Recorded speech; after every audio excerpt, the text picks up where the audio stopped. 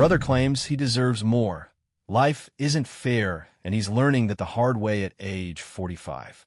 The first thing my brother does after the lawyer says, "This is your father's final decision," is shove his chair back so hard it screeches against the floor and the sound slices through the little conference room like a siren. Everyone flinches. Even the lawyer, who I'm sure has seen worse, blinks like he wasn't expecting Dean to go from stiff and quiet to boiling in half a second. Dean's face is red in patches, his jaw working like he's chewing words he can't swallow, and then he points at me across the table with the same finger he used to poke me in the forehead when we were kids to make me cry. "So that's it," he says. "She gets everything because she played nurse? That's the reward now? You just hand her the house, and I get scraps." His voice cracks on scraps like it physically hurts him to say it. My hands are on my lap, clenched so tight my nails are digging crescents into my palms. But I keep my face still because if I react, he'll use it. He always does. My mom makes a sound beside me, half breath, half sob, and reaches for Dean automatically like muscle memory. He jerks away from her touch, as if she burned him. "Don't," he snaps, and then he turns back to the lawyer. "This isn't fair. You can't just tell me it's done. I'm his son. I deserve more." He says deserve like it's a legal term, like it's a line in a contract everyone forgot to highlight. The lawyer glances at me, then at Mom, then back at Dean with that carefully neutral expression people train themselves into when their job is to stay calm while families implode. "Mr. Hall," he says gently, "your father's will is very clear. I can explain it again if you'd like." Dean laughs once, sharp and ugly. "Explain what?" he says. "Explain how my sister manipulated a dying man? Explain how she wormed her way into—" "Dean," I say finally, because my throat is burning and I can feel Mum shrinking into herself, and I cannot sit here and let him rewrite our lives like he's the only person in pain. He whips his head toward me. "Oh, you're going to talk now?" he says, after sitting there acting innocent. The room feels too small. The air feels thin. My heart is hitting my ribs, so hard it's almost nauseating. I can smell the stale coffee the lawyer offered us, untouched, and the lemon cleaner they used on the table, and Dean's aftershave that always smells too strong, like he's trying to cover something. It was a Tuesday night when Dad asked me to print the will. He was sitting at the kitchen table in my parents' house, my childhood house, the one with the crooked back step and the dent in the hallway wall from when Dean put a hole in it at 16. And he had that tired, sunken look that shows up in people when their body is fighting harder than their face can hide. Mom was in the lounge pretending to watch TV, but I could tell by the way her shoulders were hunched that she was listening to every word. Dad slid an envelope toward me with slow fingers and said, "I need you to do this properly, love." He didn't look at Mom when he said it, like he couldn't handle seeing her reaction, and he didn't look at me either for a second, because I think he knew what it would ask of me. He knew it would put me in Dean's line of fire. Dad had always tried to keep the peace between us, even when there wasn't peace to keep, just a constant low-grade war that Dean insisted on starting and I insisted on surviving. The thing people don't understand about someone like my brother is that he's not obviously evil. He's not cartoonish. He's not the guy twirling his mustache. He's charismatic in short bursts. He remembers your birthday if it benefits him. He hugs Mom in front of people. He can cry on cue. He can tell a story that makes him sound like the unluckiest man alive, the one the universe keeps kicking, the one who just needs one break, and then everything will finally fall into place. And if you don't live close enough to see the pattern, you might believe him. Growing up, Dean was the loud one, and I was the one who learned to be quiet. He was the kid who could do something awful, and then somehow still end up being comforted. I was the kid who got told, just ignore him, which is adult code for, we're not going to deal with this, so you have to.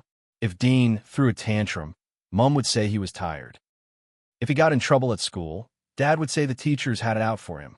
If he broke something, it was an accident. When he was cruel, it was just joking. And when I cried, I was too sensitive. The family story was always that Dean had potential, and I was reliable. Potential is what you say when you want to forgive someone in advance for what they haven't done yet. Reliable is what you call someone right before you load them with everyone else's responsibilities. Dean rode that potential for decades. He barely finished school, but insisted he was too smart for it. He had a string of jobs he outgrew, which usually meant he fought with a manager or got bored or was late enough times that someone finally stopped buying his excuses. He had a string of girlfriends who were crazy, which always somehow meant they asked him for basic adult things like honesty or stability. He started 3 different businesses, each one introduced its Sunday lunch with big speeches about how this was it. This was the turning point, this was the plan. He'd ask Dad for a little help. Mom would guilt Dad into it, and then the money would vanish into whatever hole Dean was currently digging. I moved out at 19 and built a life that didn't involve living inside Dean's storms. I went to uni part-time, worked full-time, did the boring, steady things that no one applauds. I pay my rent on time. I learned how to budget. I learned that the world doesn't care how much potential you claim if you don't show up. I didn't become wildly rich or famous or anything dramatic. I became stable. And in our family, stability looked like something you could lean on until it cracked. When Dad got sick, Dean was suddenly very vocal about family. He posted photos on social media of him visiting the hospital, arm around Dad, captioned with things like "Stay strong, old man," like it was a movie. He came for the big moments, the specialist appointments, the surgery day, the times when people were watching. But the day-to-day was me. The late-night calls when Dad couldn't breathe properly and Mom was panicking. The pharmacy runs. The endless paperwork. The home modifications. The meals Dad could actually swallow. The arguments with insurance. The days Mom would sit at the kitchen table staring at nothing because she didn't know how to be the strong one when she was terrified. Dean would text, "How is he?" And if I replied with anything complicated, he'd vanish. If I replied with bad, he'd send a sad emoji-less damn and then post something vague about praying. I don't say that to paint myself as a saint. I was tired. I was resentful. I was angry in ways that scared me sometimes because I didn't want to be angry at my own family while my dad was dying.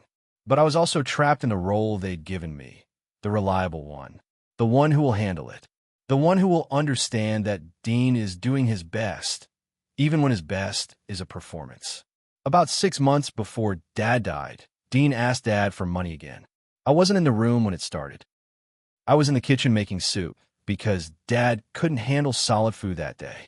I heard Dean's voice rise in the lounge, his persuasive voice, the one that starts with charm and ends with pressure. And then I heard Dad's voice, low and firm, which was rare by then because illness had taken so much of his strength.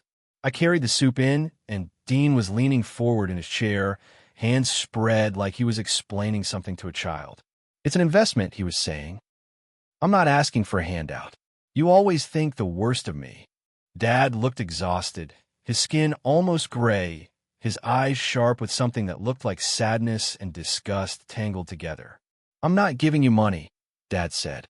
"Not anymore." Dean's face tightened.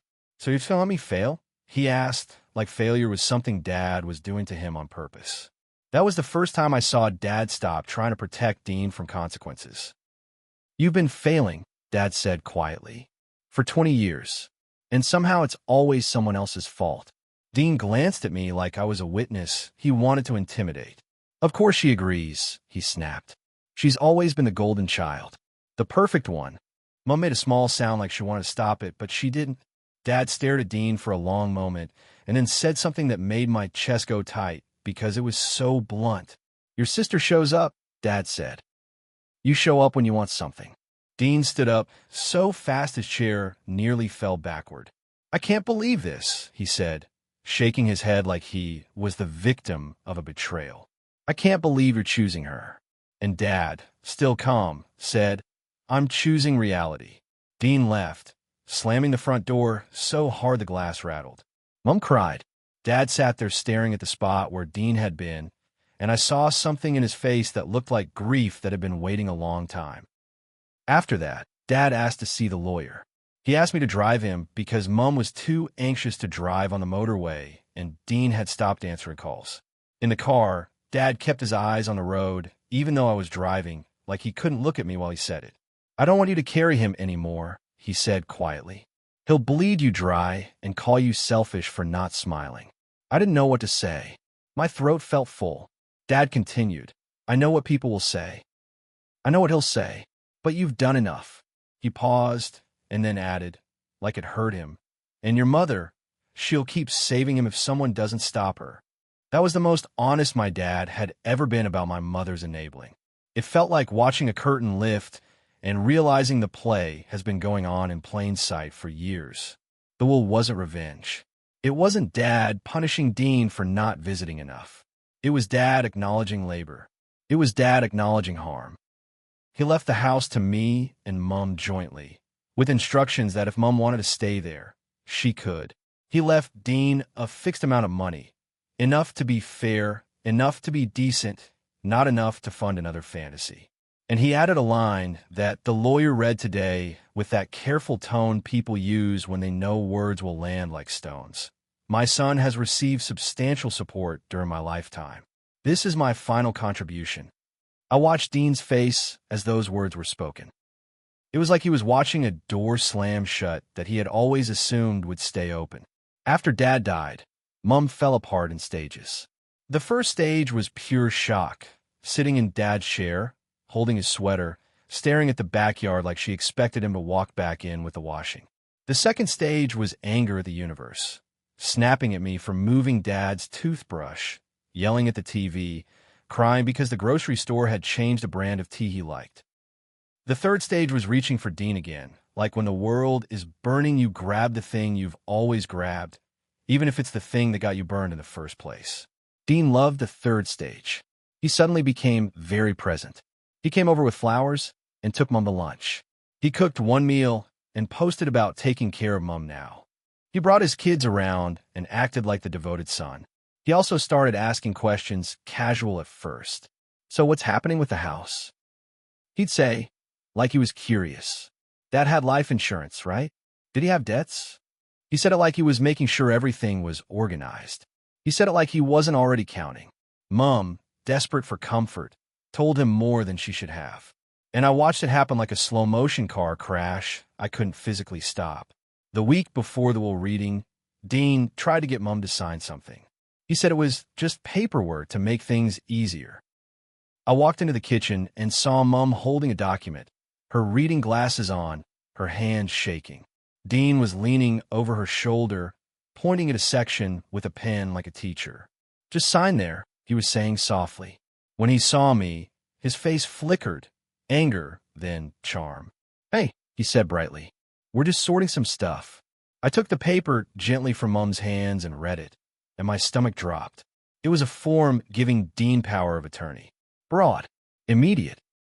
The kind of thing you give someone you trust completely. The kind of thing Dean would use to drain accounts and then blame Mom for misunderstanding. Why are you doing this? I asked him, keeping my voice low because Mom was fragile and I didn't want to scare her. Dean's eyes narrowed. Because someone has to, he said. You got your own life. Mom needs me. Mom needs protection, I said, and I could feel heat rising up my neck. Not control. He snatched the paper back like I'd stolen it. Of course you'd say that, he snapped. You want everything in your name, don't you? You're pretending it's about Mom, but you're just... Stop, Mom whispered, and her voice was so small it made my chest ache. Please stop. Dean's face softened instantly. Performance back on. Mom, he said gently. I'm trying to help. She's making everything hard. Mom looked at me then, eyes wet, and I realized she wanted me to be the bigger person again. She wanted me to swallow my alarm and keep the peace. It hit me sharp that even now, with Dad gone, the old system was trying to snap back into place. Dean creates chaos. Mom begs for calm. I provide it by sacrificing something. Over and over. That night, after Dean left, Mom said, he's just scared, as if fear excuses manipulation. I sat at the kitchen table, the same table where Dad asked me to print the will, and I said something that felt like stepping off a cliff. Mom, I said, if you sign anything he brings you without me or the lawyer, I'm stepping back. Her mouth fell open. You can't, she said, like I'd threatened to abandon her. And I hated that she made it about abandonment instead of safety. I hated that I even had to say it. I can't, I said. I won't be part of him using you. She cried. Of course she cried. She cried the way she always did when someone forced her to choose between her fantasy of a loving son and the reality of his behavior. "He's all I have left," she whispered. And I looked at her and thought, what am I then? But I didn't say it. I was so tired of fighting for a place in a family that only valued me when I was useful. Which brings us back to today in the lawyer's office, with Dean demanding the universe hand him more because he thinks wanting equals deserving. After he accuses me of manipulating Dad, the lawyer clears his throat and says, "Your father made these arrangements months before his passing, with full capacity documented. If you're suggesting undue influence," Dean slams his palm on the table. "I'm suggesting she was in his ear," he says, loud enough that someone in the waiting room probably hears. "She lived here. She controlled everything. He was sick. He wasn't thinking straight." Mom makes a strangled sound, like the idea that Dad wasn't thinking straight is an insult she can't bear. "Don't you dare," Mom says quietly, and that's new. That's a different tone. Dean freezes, shocked because Mom rarely challenges him directly. For one tiny moment, I see the son in him, the little boy who wanted Mom's approval. And then it hardens back into entitlement. "Mom," he says, wounded, "you gonna let her do this?" "She didn't do it," Mom says, voice trembling but firm. "Your father did." Dean turns to me like I'm a judge. "Tell her," he demands. "Tell her this is wrong." My mouth is dry. My heartbeat feels like it's in my throat. I could do what I've always done. Soften it. Make it smaller. Try to calm him. I could say, "Dean, we can talk," and watch him take that inch and turn it into a mile. I could reassure him and watch him weaponize it later. Or I could tell the truth and accept that he will hate me for it. I'm not telling her that. I say. My voice is surprisingly steady, even to me. "This is what Dad wanted." Dean's eyes go flat. "Of course," he says. "Of course you'd say that. You've always thought you're better than me." I feel something sharp inside me. Not rage exactly, more like a clean snap. "No," I say. "I don't think I'm better than you. I think you're 45 and you still think the world owes you because you're unhappy." The words come out before I can polish them. Mom inhales sharply. The lawyer looks down at his papers like he's pretending he didn't hear. Dean's face flickers with shock, then fury. "You don't know anything about what I deserve," he spits. "I do, though. I know what Dean thinks deserving means. It means being rescued. It means being prioritized. It means getting the reward without doing the work. It means someone else taking the hit, so he doesn't have to feel consequences." Dean stands up again, leans over the table, close enough that I can smell coffee on his breath. "I'm not leaving it like this," he says. "I'll contest it. I'll drag this out. I'll make sure you don't get a cent without suffering for it." Mom starts crying. "Dean, please," she says, reaching for him again. He pulls away again. He doesn't even look at her.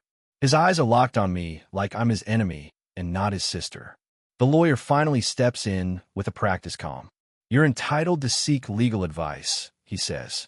"But I will tell you now, based on the documentation and the structure of the estate, a challenge would be costly and unlikely to succeed.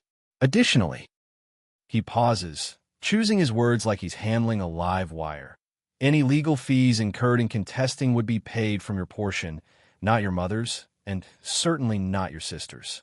Dean's face twitches. "So you're saying I'd have to pay to prove I'm being robbed," he says.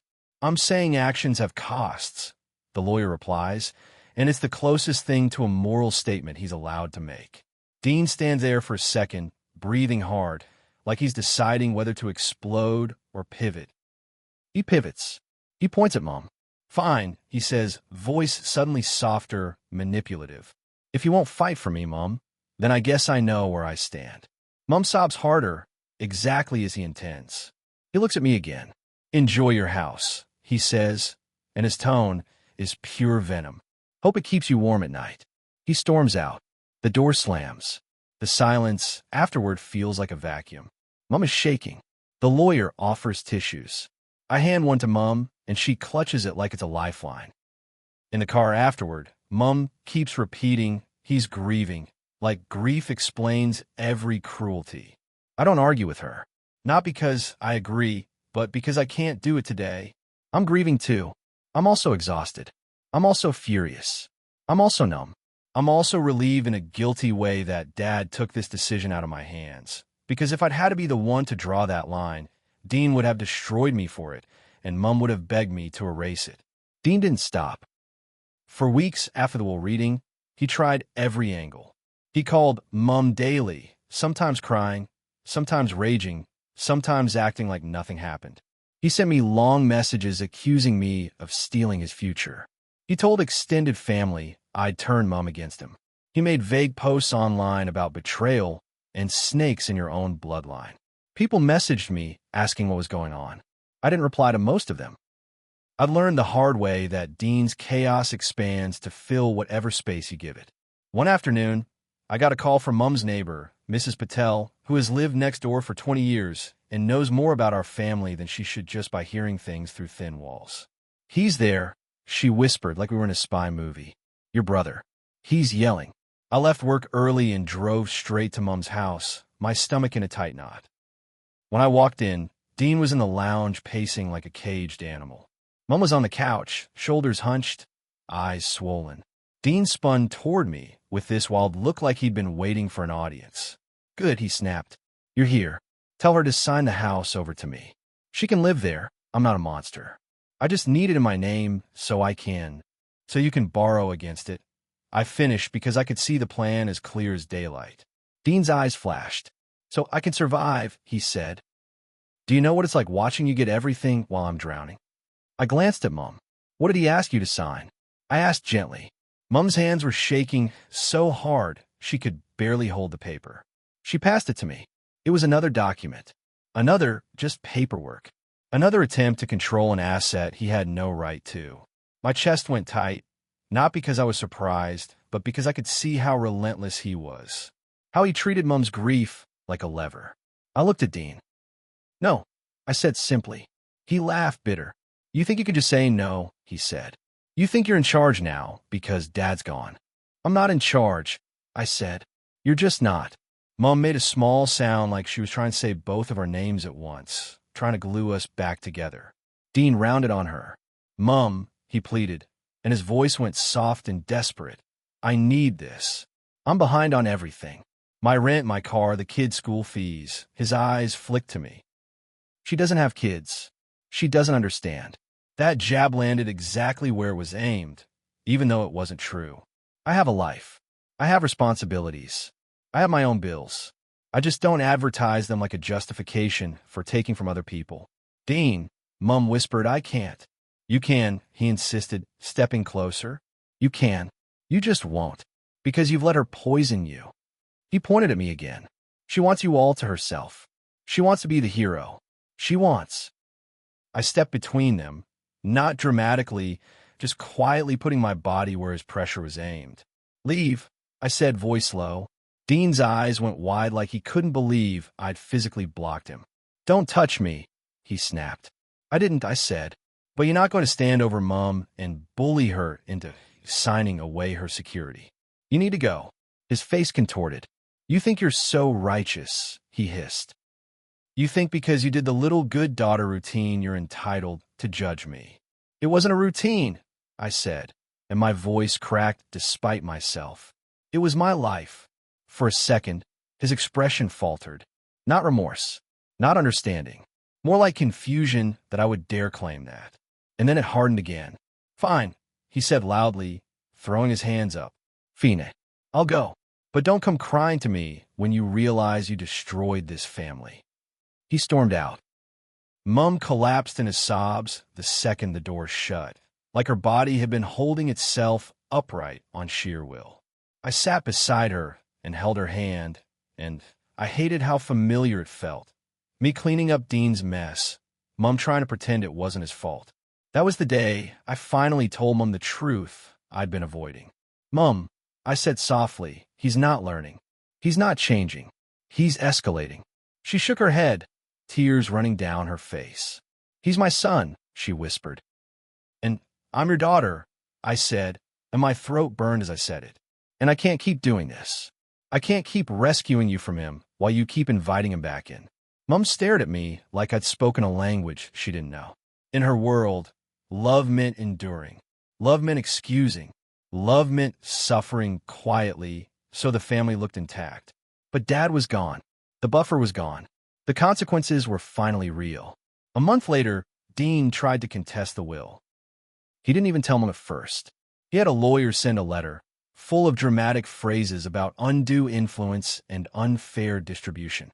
When I read it, my hands went cold, not from fear, but from the sheer audacity. He was trying to legally rewrite a story where the years of support he'd been given didn't count, where his absence didn't count, where Dad's agency didn't count. He wanted the world to validate his feelings as facts. The thing about Dean is that he's confident until consequences require effort. Contesting it will cost money. It requires paperwork. It requires evidence. It requires showing up. Dean didn't have that. He had entitlement and anger and a vague belief that if he shouted loudly enough, reality would move. His lawyer backed off quickly. The documentation was solid. Dad's capacity was documented. The timeline was clear. And when Dean realized the legal fees would come out of his own portion, he suddenly became very interested in family harmony again. He called Mom crying, saying he didn't want to fight. He just wanted what's fair. He called me and left a voicemail that started with, "Look, maybe we got off on the wrong foot, like we'd had a minor misunderstanding, not years of manipulation." I didn't call back. Then, because life has a way of being brutal in its timing, Dean's landlord increased the rent, and his girlfriend left, and his car got repossessed within the same 2-month stretch. I don't say that gleefully. I say it because it's when Dean's worldview finally hit a wall it couldn't charm its way around. He showed up at Mom's again, not yelling this time, but hollow-eyed and frantic. Mom called me in tears. "He's here," she whispered. "He says he has nowhere to go." I drove over, heart hammering, because I'm still not made of stone. When I walked in, Dean was sitting on the couch, staring at the floor. He looked older than I'd ever seen him, like the last decade had caught up overnight. There was a duffel bag at his feet. Mom was hovering in the kitchen like she didn't know whether to feed him or fear him. Dean looked up at me, and for a second I thought he might apologize. His eyes were glassy, his mouth twitching like he was trying to form words that didn't come naturally. "I just need a bit," he said finally, "just until I get back on my feet." I stood there, feeling the old pull, the family script that says you help, you fix, you sacrifice. And I also felt something new, the reality that if I let him in, truly let him in, he would never leave. Not just physically, he would crawl back into the role he'd always had. The one who takes and calls you cruel when you bleed. "Dean," I said quietly, "you're 45. His face tightened like I'd slapped him. "So what?" he snapped, defensive reflex flaring. "So you've had time," I said. "You've had help. You've had chances. You've had Dad bailing you out, Mom bailing you out, me bailing you out in ways you don't even admit." My voice shook, but I kept going because it felt like a door closing that should have closed years ago. "You keep saying you deserve more. More money, more chances, more forgiveness, more patience. But you don't say what you're willing to do for it. You don't say what you're willing to change." He stared at me, breathing hard. Mom made a small sound like she was about to plead with me. I held up a hand, not at her, just in general, like I needed space. "I'm not letting you move in," I said. Dean's eyes went wild again. "You're heartless," he hissed. "You want me on the street." "I want you to stop using guilt like currency," I said. "I'll help you find resources. I'll help you look at rentals. I'll help you update your resume. But I'm not giving you the house, and I'm not giving you control over Mom, and I'm not letting you move in here to make this your safety net forever." His face twisted. "You think life is fair?" he spat, voice rising. "No," I said, and the honesty of it surprised even me. "It's not. It never was. Dad being sick wasn't fair. Mom being alone now isn't fair. Me spending years holding this family together while you played victim wasn't fair." I swallowed hard. But unfair doesn't mean you get to take from people until you feel satisfied. Mom started crying again, quiet tears sliding down her cheeks. Dean looked at her, then back at me, and I saw a flicker of something. Maybe shame, maybe panic. For 1 second, he looked like a man who realized his usual tactics weren't working. And then he did what he always does when he can't control the narrative. He stood up, grabbed his duffel bag, and said, "Fine. I see how it is. Enjoy your little kingdom." He left. No slam this time. Just a door closing with a flat click that sounded oddly like finality. He didn't learn overnight. People don't. What happened instead was slower and more painful, which is how real change usually is. He bounced between friends who got tired of him. He tried to guilt Mom into giving him money, and she finally said no. Not because she stopped loving him, but because she was exhausted and scared and Dad wasn't there to absorb the fallout. He tried to charm extended family, and some of them helped him. And some of them eventually called me privately and said, "I didn't realize," like the truth had been hiding in plain sight. A few months after that, Dean called me from a number I didn't recognize. I answered by accident because I was expecting a call from a mechanic. "It's me," he said, voice rough. "No charm, no performance, just tired." I didn't speak right away. My whole body went alert, like it always does with him, like bracing for impact.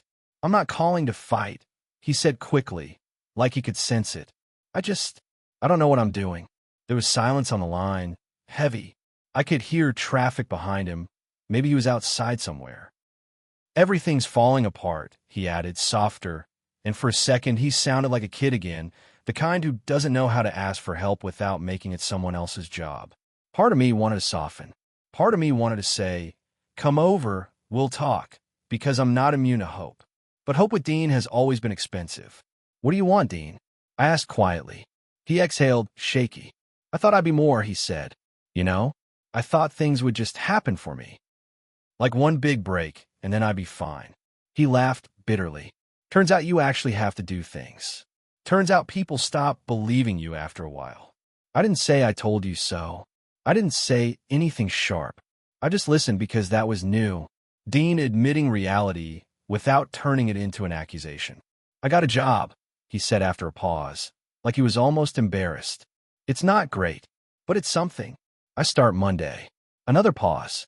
"Mom told me you fixed the roof." Thanks." He sounded like it cost him to say thanks. My throat tightened. "Okay, I managed." He swallowed audibly. "I still think Dad," he started, and I tensed, and then he stopped himself. "No," he said, correcting. "I still feel angry, but I guess feelings don't change paperwork." He let out a long breath. "I'm not calling to ask for money," he said quickly. "I'm not. I needed to tell someone I'm trying, and I didn't want Mom to worry." That last part hit me in a strange place, because it was the closest thing to responsibility I'd heard from him in years, not wanting to dump his panic onto Mom. It wasn't a full transformation. It wasn't a movie redemption, but it was a crack in the armor. "Good," I said, and my voice came out rougher than I intended. "I'm glad you got a job." He was quiet. "Yeah," he said. "Me too." Another pause. "You were right, you know," he added, and the words sounded foreign in his mouth. "About me thinking I deserve things. I still hate hearing it. But yeah, I didn't forgive him in that moment. Forgiveness isn't a switch. Trust definitely isn't. But I felt something in my chest loosen, just a fraction, like the constant vigilance eased enough for me to breathe. After we hung up, I sat in my car for a long time, staring at my steering wheel, hands still on it, not turning the key. I wasn't crying. I wasn't relieved. I was just quiet, processing the weird truth that sometimes consequences are the only teacher people like Dean will listen to, and they have to be consequences you don't remove for them. They have to feel the cold water to stop insisting it's warm. My brother spent his whole life believing family meant someone would always catch him. That's what he calls love. A net, a bailout, a rewrite. And I spent my whole life believing family meant I was supposed to keep the net intact, even if it strangled me. Now I don't believe that anymore. Dean is 45 and learning the hard way that life isn't fair. Not in the poor me way he used to chant like a prayer, but in the actual adult way, where you realize you don't get compensated for your frustration. You don't get a prize for wanting. You don't get to claim entitlement like it's a paycheck. You build, you fail, you own it, you rebuild, you show up, you repair what you break, and sometimes you still lose anyway. That's life. And for the first time, I think he's tasting that truth without immediately spitting it back out onto someone else. As for me, I've learned a different lesson. Boundaries aren't cruelty. They're clarity. They're the line between love and self-destruction. My family still tries to smooth things over sometimes, still tries to pretend the ugly parts didn't happen, still tries to rush to normal, because normal is easier than accountability. But I don't do that anymore. I don't play along with the fantasy that nothing happened. I don't let Dean's anger dictate my decisions. I don't let Mom's fear volunteer me for sacrifices. Dean can be angry. He can feel cheated. He can say he deserves more. He can tell himself stories where the universe is unfair and everyone else is selfish. But he can't make those stories true by force. And I'm no longer the person who bends reality to keep him comfortable. The weirdest part is that my life got calmer the moment I stopped trying to make it fair.